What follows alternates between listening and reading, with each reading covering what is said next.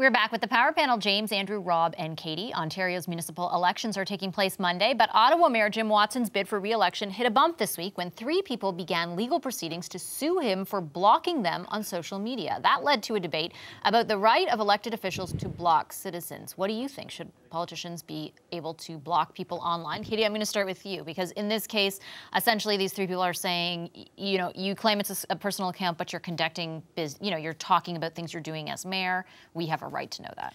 And it's a fine line, right? Because as you know, Twitter is not exactly necessarily the most fun place to be. And you don't control what pops up on your phone.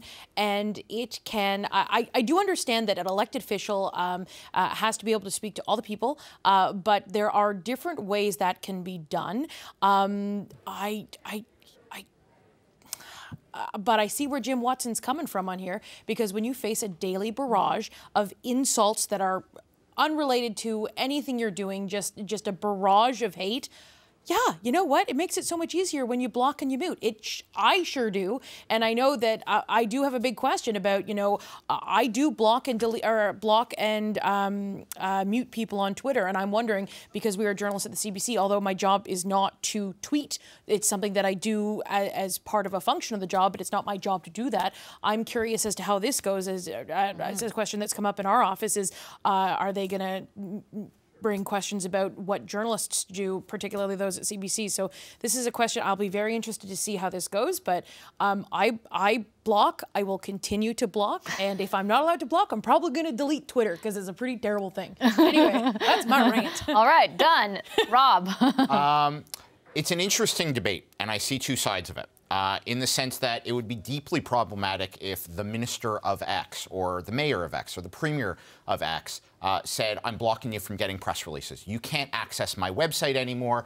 You've pissed me off. You can't get this year's budget. You have no right to download it. Everybody would agree that's really problematic. And any court would say, no, you can't do that. You're a public official. You have to have access to that. So you start taking that down and you say, well, Twitter's different, obviously. That's me personally. And if you cross whatever line I decide, I have the right to step in and say, you know what, go away. And I feel very sympathetic. I feel sympathetic, especially to female politicians and politicians of color, but all politicians. White male politicians get it all. Everybody gets it, and it's gross. And I understand. So from a personal perspective, I think you need to pick a lane if you're a politician. Either it is a robotic social media account and it's being run by staff, and whatever you tweet back at me, whatever, the staff are kind of just ignoring it, and they're basically, it's a broadcasting venue. Or, as most of us want, people like James Moore, people like lots of politicians, where it's my chance to interact with you. And if I have a question for you about what you're doing as a minister or as an elected official, this is my shot to say, like, why did you say that today? And as long as you're respectful, most politicians are really good, and it's a very unique, valuable resource. But if you start being abusive, then you're going to get blocked, and tough luck. And if you are a politician, my last point, I'll let the actual politicians give their opinions.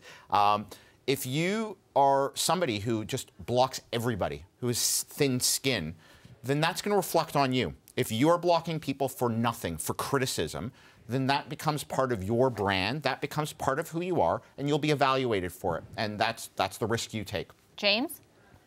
Yeah, look, you know, we have my standard is pretty simple. If somebody came to a town hall meeting in an open theater in my district when I was an MP in Port Moody, for example, and stood up and just started berating me and insulting me on a personal basis, I wouldn't tolerate it, and I would ask them to leave the room, and I would try to shut them down, because we do have a boundary of civility, we do have a boundary of sort of social expectation. But look, we have enormous problems in this country, whether it's economic, whether it's reconciliation, whether it's ensuring our healthcare system will be there for the next generation as we deal with demographic shifts and all that. We need really strong, thoughtful men and women to enter public life and to run for office.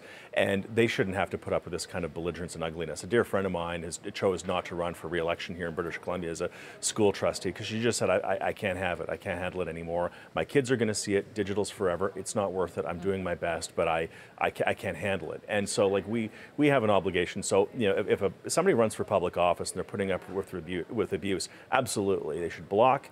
They should feel like they should have the opportunity to speak. We're not shutting down any government websites. We're not shutting down any other access to get information. But we need good people in public life, and there is a line, and when it gets crossed, people should be stood up to. Andrew, final word to you.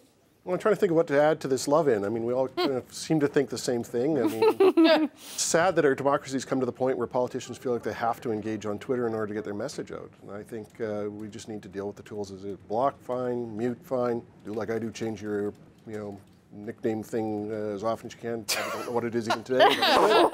We're fine, we won't be able to That's a new tactic I never heard of. But there's lots of, I just tend to agree that there's far too much abuse in the political system now. Frankly, it wouldn't hurt for our politicians to tone it down a little bit too. I think that they tend to use the forum perhaps a little less judiciously than they should. If we responded like we did in person to each other, maybe politics would be slightly nicer again. Okay, I'll leave it there. Thank you, everyone. Thanks to the Power Panel, James Moore, Andrew Thompson, Rob Silver, and Katie Simpson.